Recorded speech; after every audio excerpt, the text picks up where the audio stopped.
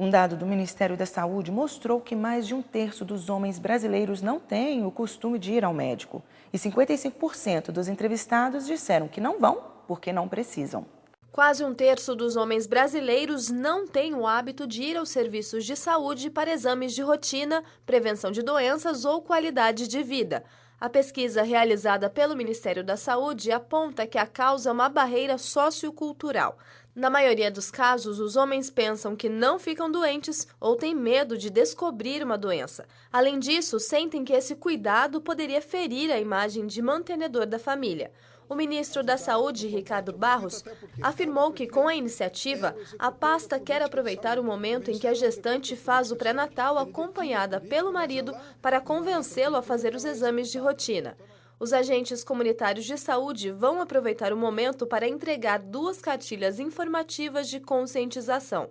Nós queremos estimular os homens a fazer saúde preventiva, acompanhando as suas esposas ao pré-natal, neste momento, que é o momento em que eles mais participam do acompanhamento das esposas, vão ao posto de saúde e queremos capturá-los para fazer os exames, para incentivá-los a cuidar da sua saúde preventivamente. A pesquisa do Ministério revelou que os homens não adotam hábitos saudáveis. 57% deles têm sobrepeso e 18% estão obesos. 69% não consomem frutas e hortaliças e 25% consomem bebida alcoólica e 13% fumam. De acordo com o levantamento, homens de 20 a 59 anos morrem mais que as mulheres por doenças relacionadas à circulação e aparelho digestivo. Em média, eles vivem cerca de 7 anos a menos do que as mulheres. Quem fica muito tempo sentado ou em pé acaba sofrendo com as varizes. Para muitos, o tratamento que resolve esse problema é apenas questão estética. Porém, as varizes podem causar problemas graves, como aumentar o risco de doenças circulatórias.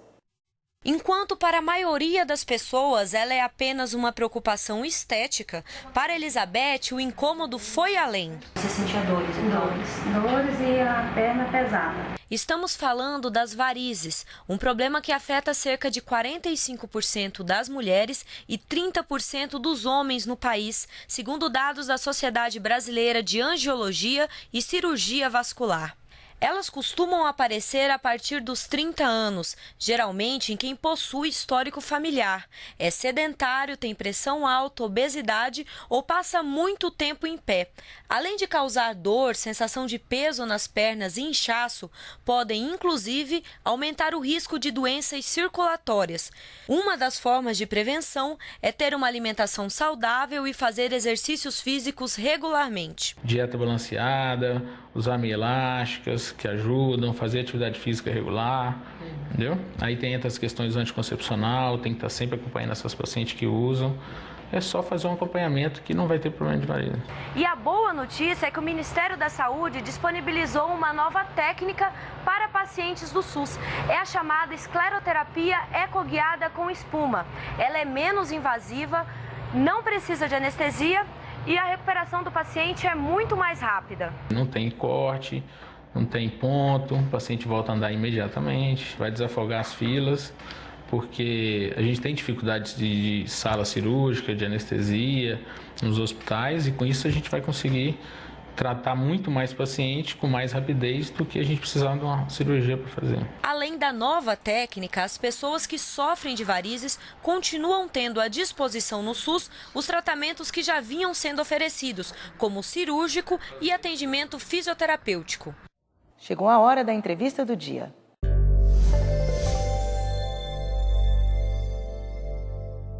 Hoje nós vamos falar sobre a terceira idade. Eu prefiro falar de terceira juventude, porque a própria legislação ainda não tem assim uma convicção. A Constituição fala em 65 anos. Estados e municípios às vezes trazem para 60 anos e na fila do banco tem gente que chia quando vê cabelo branco não combinando com falta de rugas no rosto. Afinal, quando é que começa a terceira juventude ou a terceira idade? É quando dá dor no joelho, dor na junta? Nós hoje vamos falar sobre esse tema. Estamos recebendo aqui a Alessandra Juverno, é educadora física e também personal trainer, né? Tem pós-graduação lá pela USP e vai trazer essa experiência para nós aqui. Tudo bem, Sandra? Como vai você? Tudo bom? Bem. Uma grande satisfação tê-la conosco. Satisfação é toda minha. Quando começa a terceira juventude ou a terceira idade? É quando dá dor na junta? A gente precisa começar a cuidar, antes de dar a dor na junta, na verdade, né?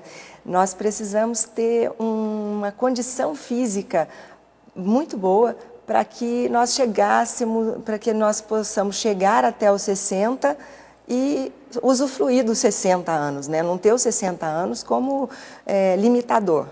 Eu acredito que após os 60, hoje o Brasil e o mundo envelhecendo muito rápido, nós precisamos ter condições de cuidar melhor desses nossos idosos que estão vindo aí. Caríssimo telespectador, se você sente dores na junta, não fique tão preocupado assim, porque quando eu acordo para botar o corpo de pé, tem que fazer uma base aqui no joelho. Já está precisando de uma reabilitação. Né? É um sinal. Quando nós iniciamos um trabalho para reabilitação dessas pessoas, nós avaliamos, sim, o quadro de dor, a posição que ele já está tendo no dia a dia dele, de não conseguir realizar as atividades diárias dele. Então ele começa a ter muita dificuldade para se deslocar, para levantar da cama até, para sair de uma cadeira. Então essa é a hora que a gente precisa olhar para o idoso e avaliar, ele precisa de atividade física, esse idoso está sofrendo falta de musculatura, falta de força, ele precisa colocar um condicionamento físico na vida dele para evitar quedas, para evitar as dores e para ter um dia a dia um pouco mais satisfatório também. Vou falar uma coisa assim muito pessoal, sabe? Mamãe teve uma dor insuportável para andar. Eu participava do programa do Haroldo de Andrade, na Rádio Globo do Rio, certo. E frequentava lá também o Dr. Jamil Haddad, que era ministro da Saúde, e era muito meu amigo. E aí eu queixei desse problema de minha mãe. Quando chegou de tarde, o porteiro falou assim: o ministro da Saúde está aí na sua casa.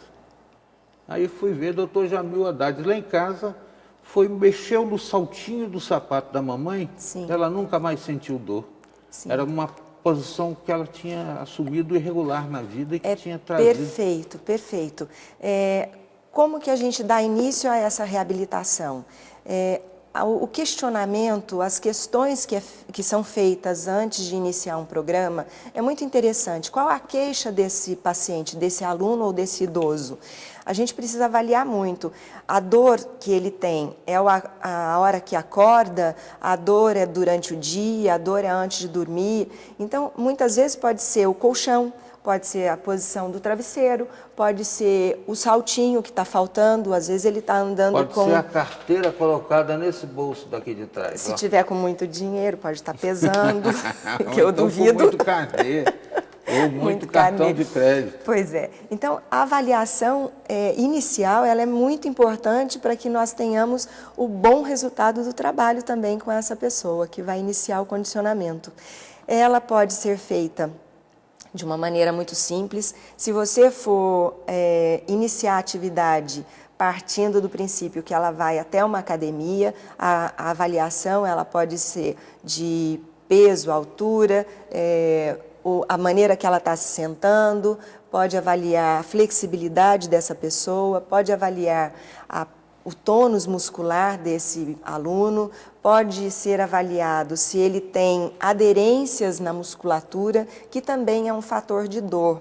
Quando a gente envelhece, vamos perdendo o colágeno, o envelhecimento biológico, né? O envelhecimento funcional, biológico e físico. Então, o que acontece? Nós temos as deficiências, uma delas é o colágeno, a falta de força muscular. E nisso nós temos a aderência à musculatura, à fáscia e à pele. Essa fáscia, ela perde um pouco essa ligação que a gente faz entre músculo e pele. Então, o que acontece? Ela adere no músculo e perde essa movimentação. Quando ela perde essa movimentação, nós chamamos de aderência. Essa aderência, ela também pode provocar dor. Então, o quadro de dor, ele pode se dar de várias formas e, às vezes, uma coisa muito simples, como você citou, a mudança do sapato, né, que coloca um saltinho e a dor nas pernas podem desaparecer. é muito fácil de avaliar, é muito questionável também, porque nós precisamos diagnosticar isso. Tem gente que se enche de gelatina, acha que isso vai resolver todo o problema. Não. E tem gente que parte para fazer exercício por conta própria. E nisso, muitos municípios e estados estão concorrendo ao fazer essas academias de ginástica de esquina, no meio da rua, sem acompanhamento do educador físico. Eu vou até avançar um pouco nesse tema, mas vou lhe pedir para a gente falar sobre isso na volta da entrevista. Tá bom? Tá Alessandra Verno está falando para a gente aqui sobre a terceira juventude e o aproveitamento com mais qualidade de vida dessa fase em que as pessoas até têm um pouco mais de tempo para pensar nas coisas. A gente já volta.